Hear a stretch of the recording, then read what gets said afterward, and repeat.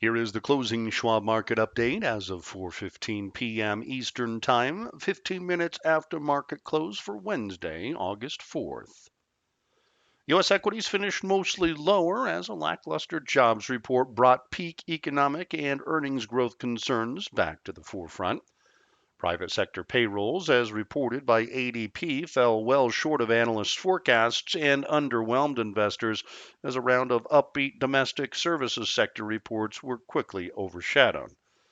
The services sector offered some economic optimism as the ISM non-manufacturing index posted its highest level on record, and markets services PMI was revised modestly higher, while reads overseas were mostly positive. Elsewhere, mortgage applications declined after the prior week's rebound. On the earnings front, General Motors beat on both the top and bottom lines, and the automaker upped its outlook, while Amgen and Activision Blizzard also bested forecasts, with the latter announcing the departure of two executives. Treasuries were mixed, and the U.S. dollar reversed to the upside, while gold was little changed and crude oil prices fell sharply. Asia finished higher on the upbeat China data, while stocks in Europe also finished in the green amid upbeat earnings results in the region. The Dow Jones Industrial Average declined 324 points, or 0.9%, to 34,793. The S&P 500 index lost 20 points, or 0.5%, to 4,403. And the Nasdaq Composite increased 19 points, or 0.1%, to 14,781. In moderately heavy volume, 886 million shares were traded on the New York Stock Exchange, and 4.3 billion shares changed hands on the Nasdaq. WTI crude oil fell $2.41 to $68.15 per barrel. Elsewhere, the gold spot price nudged 40 cents higher to $1,814.50 per ounce. And the dollar index, a comparison of the US dollar to six major world currencies, was 0.2% higher at 92.28. In equity news on Wednesday, General Motors Company, ticker symbol GM, announced second quarter adjusted earnings per share of $1.97, above the $1.82 FactSet estimate, on a 103% year-over-year surge in revenues to $34.2 billion, and well above the street's expectations of $29.9 billion. GM said it sees full year 2021 earnings per share guidance of between $5.40 to $6.40 per share, short of the consensus estimate of $7.07. Shares were lower. Amgen, ticker symbol AMGN, reported second quarter earnings per share of $4.38 ex items, beating the $4.09 FactSet estimate. Revenues for the quarter came in at $6.53 billion, a 5% year-over-year gain, and ahead of the street's forecast of $6.46 billion. The drug company cited increased demand for the rise in profits, but noted that lower prices limited some of the growth.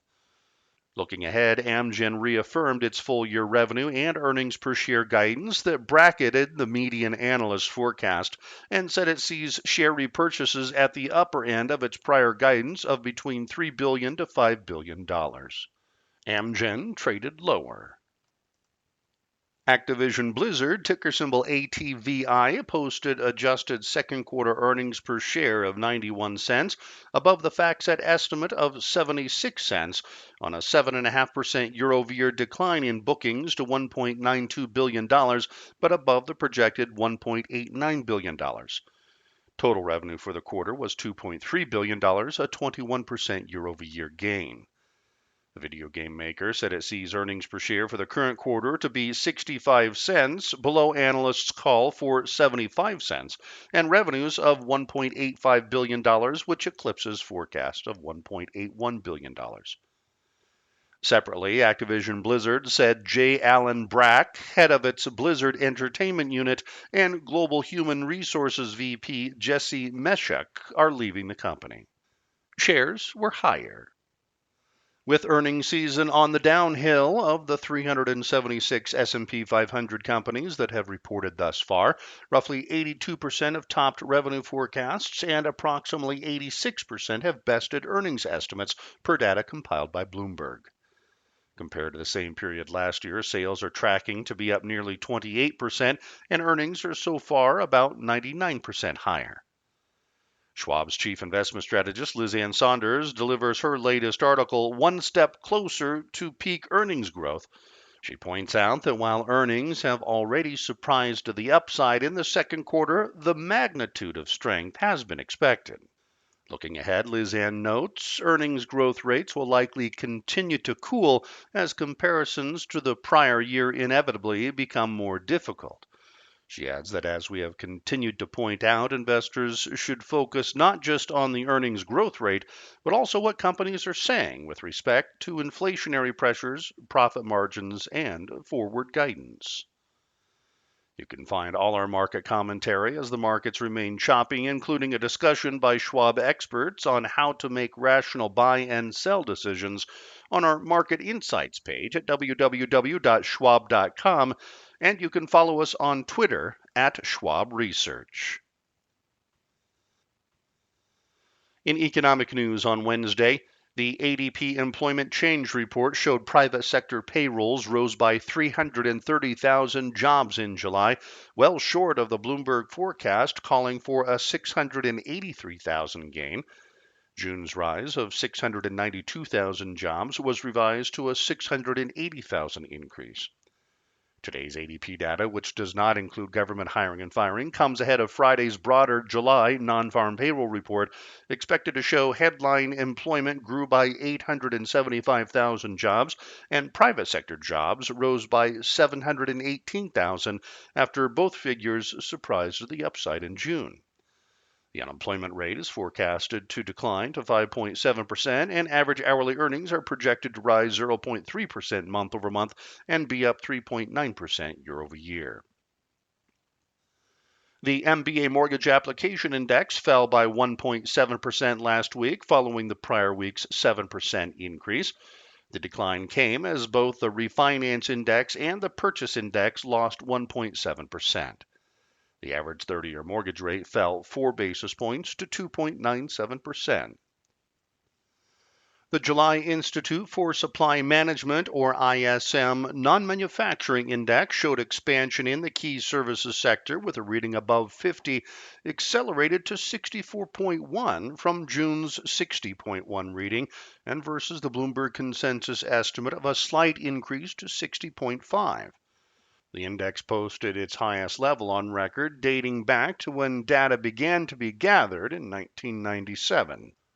The better than expected read came as growth in new orders and business activity both increased and remained north of 60, while employment jumped back to a level depicting expansion, and new export orders jumped to 63.5 after flirting with falling below the key 50 level last month. Prices paid continued to suggest inflation pressures as the component hit 82.3, its highest level since September of 2005.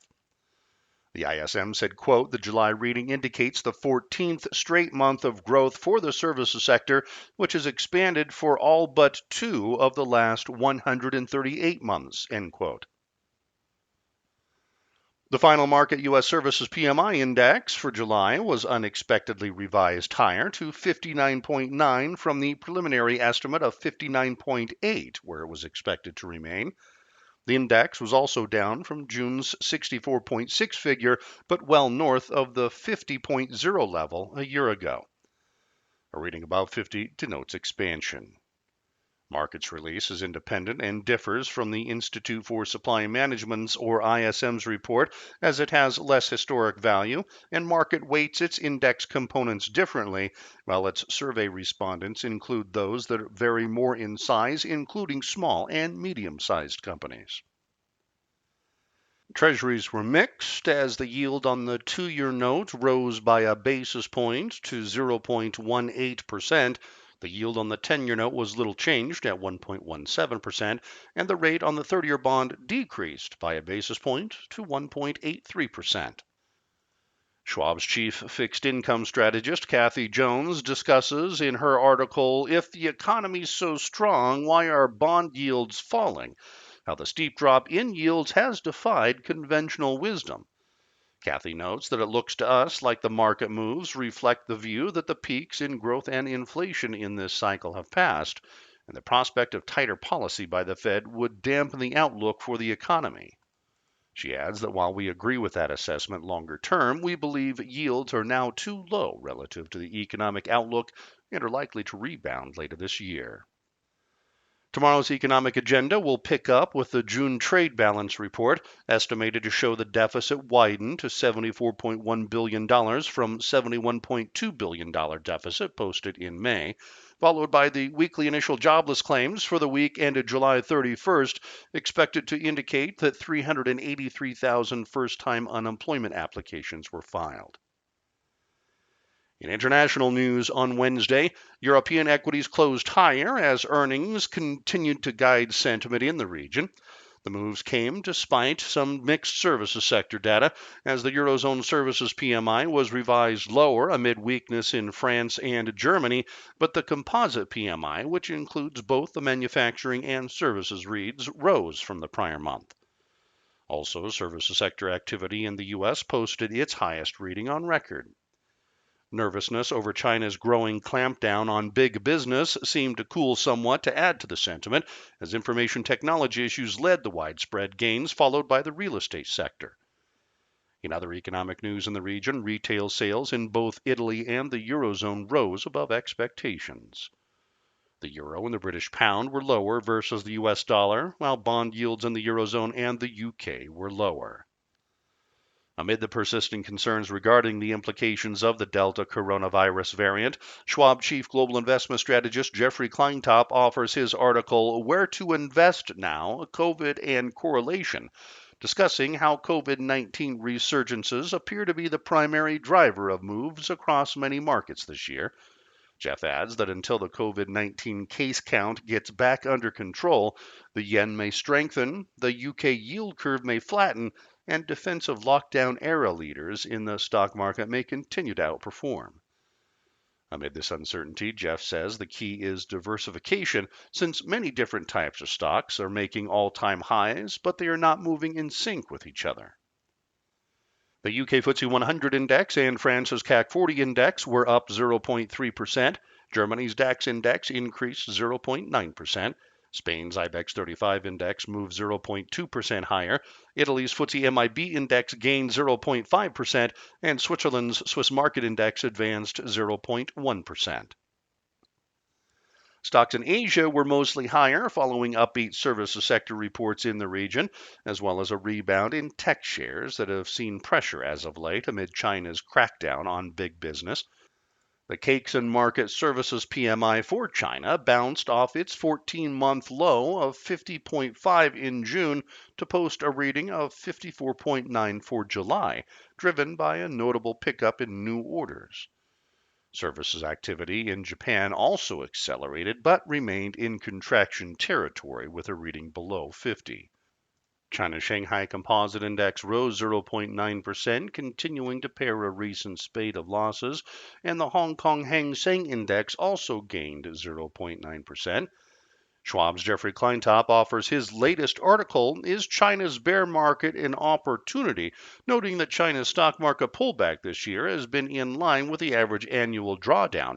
However, the recent drop seems to be driven by a regulatory crackdown, not an economic slowdown, with the market not responding to the economic outlook but to the policy uncertainty. Australia's S&P ASX 200 index finished 0.4% higher, despite the nation's services sector activity tumbling into contraction territory and its lowest reading since October of 2020. While South Korea's Kospi index increased 1.3%, and India's S&P BSE Sensex 30 index was up 1%. Japan's Nikkei 225 index was the lone bourse to post a loss, down 0.2% on the day, amid continued strength in the yen and the persistent concerns of rising cases of the Delta coronavirus in the nation. Tomorrow's international economic calendar will feature manufacturing and construction data from Germany, industrial production numbers from the Eurozone, construction figures from the UK, and the Bank of England's interest rate announcement.